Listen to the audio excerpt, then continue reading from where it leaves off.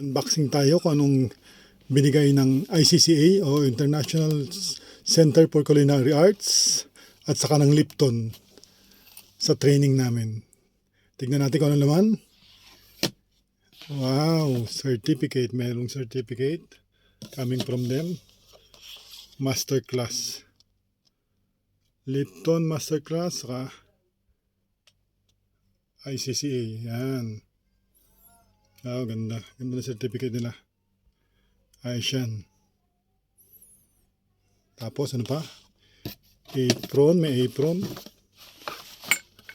Embroidered apron. Ganda. Tapos merong menu. Drinks menu. Drinks menu. Ganda siya.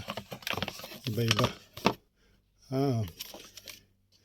Merong cold brew saka hot mixed drinks ng mga tsaa naman. Maganda. Magandang klase ng mga ingredients. Magandang klase. Okay ito. Tapos syempre may shaker glass. Napakagandang klase ng shaker glass. Yan.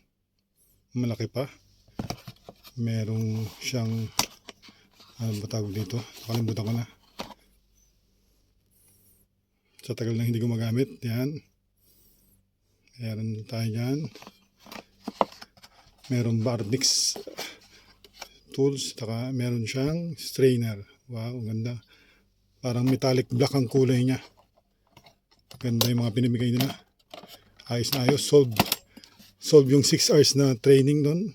Kaya, thank you Lipton, saka thank you ICCA, International Culinary Arts Center for Culinary Arts. Maganda siya.